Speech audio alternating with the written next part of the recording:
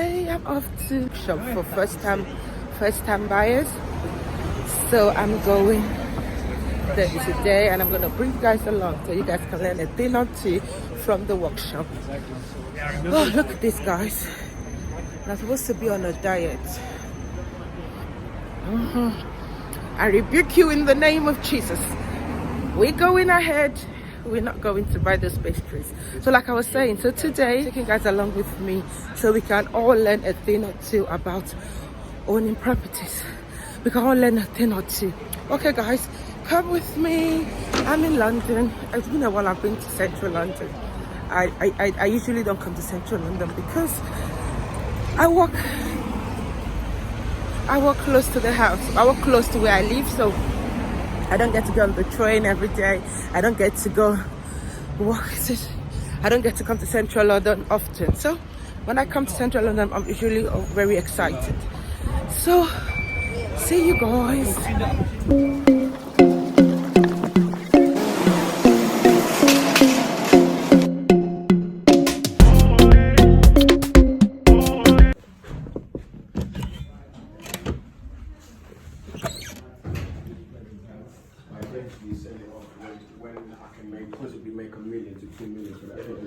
Hello. Sorry I'm late. Delay coming. We started off a little bit late, so you haven't missed so much. So what we've done is we've had introduction of everyone and said who they are, what they do, and what they're hoping to get at the end of the course. We've gone through pros and cons that should be in your folder, the pros and cons of buying and renting. And the reason why I've done that is because so that you have a better understanding of why you should buy or why you should stay renting.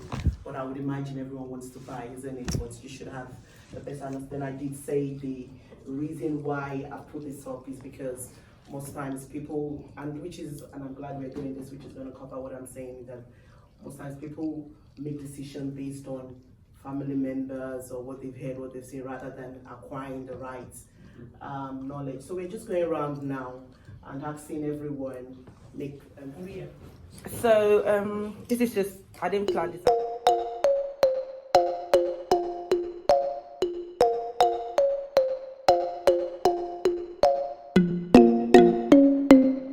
What people fail to do is to do research about the area. Like I'm going to use Nottingham as an example. Nottingham is good, the properties there are cheap. But the problem with Nottingham is it's stagnant, it never really grows. Capital appreciation, the reason being is antisocial behavior. So sometimes when people want to buy, they just go for a Nottingham is cheap, is this. But there are many things that is associated with buying a house. You choose an area, do your research. At Fortshire, Hatfield, when they built the properties, I'm going to use that because it's better to always use a scenario. When they built the properties, they were built as residential for people to live in. So I guess the investors just thought about it and said, oh, we can actually, the university is just 10 minutes away. We can actually turn these to student property and we can let them, because as far as the university is standing, you will always get students, which is good. They started well. But unfortunately for them, because when you have students so much in a particular area, antisocial behavior kicks in. And that kind of raised up the issue of HMO in that area. So, But what is HMO? Is it? It's more of a regulation. Yeah, it's more of like a regulation. Licensing, like a licensing that is attached to buy to let. It's a fire, and what was it, a 2-bed? 300 and upwards. It depends really where you buy it, because now there's so many in Barking, it really doesn't matter. If you buy it closer to the say closer to more the Dagenham area where the A13 is, you're looking at around, say, average to 350 to about 400k. For a 2-bedroom? Yeah. 2-bedroom. If you look at the high ones, yeah. Okay, 300, 320 for argument's sake average. For how about a 3-bedroom house? You won't be surprised. How about a 3-bedroom house? About 350, 370. There's a point I want to make with comparing a 2-bedroom house and a 3-bedroom. I think a lot of it house. matters as well on the standard of the property you're trying to buy. You can get a 3-bedroom house in Barking, a shabby one, not in the best condition, for anywhere in the region of That's open to renovation. 320 to 380,000. But that's really if you need to invest A money. 3-bed, like you said, which you're right. For instance, if you wanted to be at some 3-bedroom mid-terrace in Dagenham, they can go for 320. They can go for 300. Yeah. You can have a 2-bed for 270, 280. Yeah. The point I'm trying to make here is you don't know what you're going to. You don't know if tomorrow you want to sell your house, you want to move somewhere else, and the last thing you want, or some will buy a property that the kitchen is so small. And what they tell me, I've had a vendor.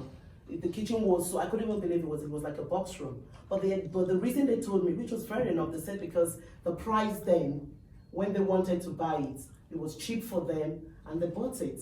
But now the property has been in the market for more than 6 months because no one wants a small kitchen. I understand that it's always good to look at it from this is what I like, but also always think about if you decide to sell or you want to, or maybe you want to go to America one day, you become the president of Nigeria or something, and you want to move there, and you see what I'm saying? So it's not to say, it's just like when we said pros and cons, there's always pros and cons to look at things in every, but at the same time, at the end of the day, you pick which one. Like I said, it's good, they're good choices, good areas, but my take on it is that you do your research. And which will cover what your estate agents need to be telling you. If you're going to meet an estate agent and they're not telling you the pros and cons of buying a 2 or a 3-bed, they're not enlightening you about the area, then you shouldn't be using them. Because I don't want 5 minutes away, I just wanted 5 minutes from the station. So those are things that when you want to sell your house, there's no difficulty for you. Happens if once the lease terminates. Which is the same thing, you would buy. You renew your lease before it expires from the free. Perfect. From the free. If for some reason that nobody buys that renewal of the permission, what happened to the house? It becomes the the freeholders. Becomes of the freeholder. Yes, because they own. Because it's like if you rent it. Okay, let me use a simple example. You've rented a property from me for 12 months and your tenancy expires. What happens after the 12 months? If you don't renew it, That's mine. But that's the template. So if that 99 is like a country you are in that place for just 99 years. Just that's the. Even if you've paid all that money for the property. Yeah, you're just because it's a lease. That's why it's a lease. Yeah. So you're just there for that duration. If it's 99 years, that's what you have, except you. lease can always be extended. Yes. Yes. You have the freeholder, but that's subject to all the legal stuff between it's. I have a question on service charges. How are they regulated in terms of how much you're looking to? Is it by area, by freeholder? It depends on the company, the freeholder. They determine what costs. There's no whatever you offer them. So we'll never give the actual price. Try and negotiate, and if that fails, and you have sometimes someone can say 385, and you can offer more. The reason why people do that is because if you have one property and have 10 people making an offer, so the vendor would take the highest bidder. So sometimes you will have to offer more, but most times, for me, because I like bargain, I would go less. And what her plan means is you can actually buy a house without saying anything, without the foundation. So what it is you go into all these developers like Bellways and tell them that they show you a brochure of what. But the advantage of that is you buy it at a reduced rate. For instance, if when it's built it's going for 385, most times when you buy off plan, at least you're having 50,000 less. So, but they show you that you don't see. Then they buy it, while some are willing to take the risk. I'd like to see and get a feel.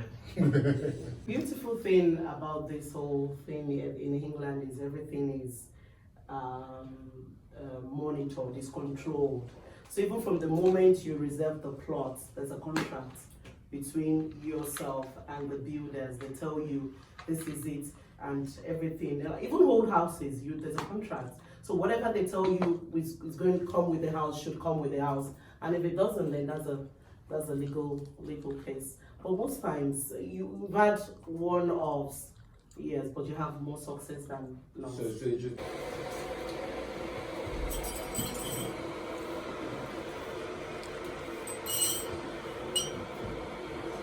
Want to do juice? Thank you.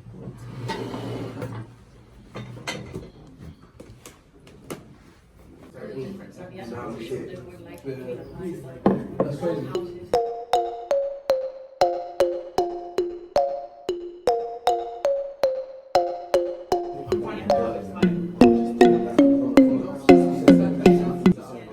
And let's just welcome Michael.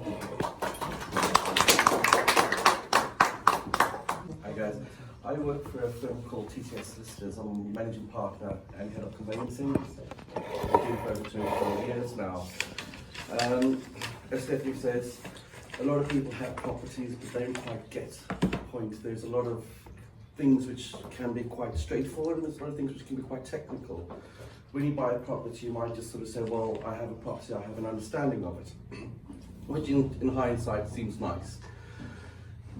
One of the things we were discussing was freehold and leasehold properties. I will explain to you the differentiations, and I'll explain to you as well, like when you want to make alterations to properties as well, because that also is a legal implication. You have variations of property, you have current new build properties, you have listed buildings. There's grade 1, grade 2 listed buildings, which means that you can do certain things. There's properties in conservation. I mean, a lot of times if you're going to be buying a leasehold property, for instance, leasehold properties have lots of implications. You've got ground rents, you've got service charges, who maintains the building, who collects the building's insurance. With leasehold property, you've got different people. Sometimes £10,000, £10,000, that's what you'd need. With that, it gives you more option as opposed to 100% mortgage, in the sense that you have more lenders offering you a loan, but your credit will also determine. It depends on how good or what's your credit score is. So most people want to come. This will be the good time to have the discussion before we go. Are we all okay? So we are all ready to buy our properties now. Like God's grace. So at the end of this seminar, the next thing is to get a house, but obviously we haven't discussed the finance bits of it, but I believe the property side is all on the control. So I guess I'll just do some questions just to rejuggle our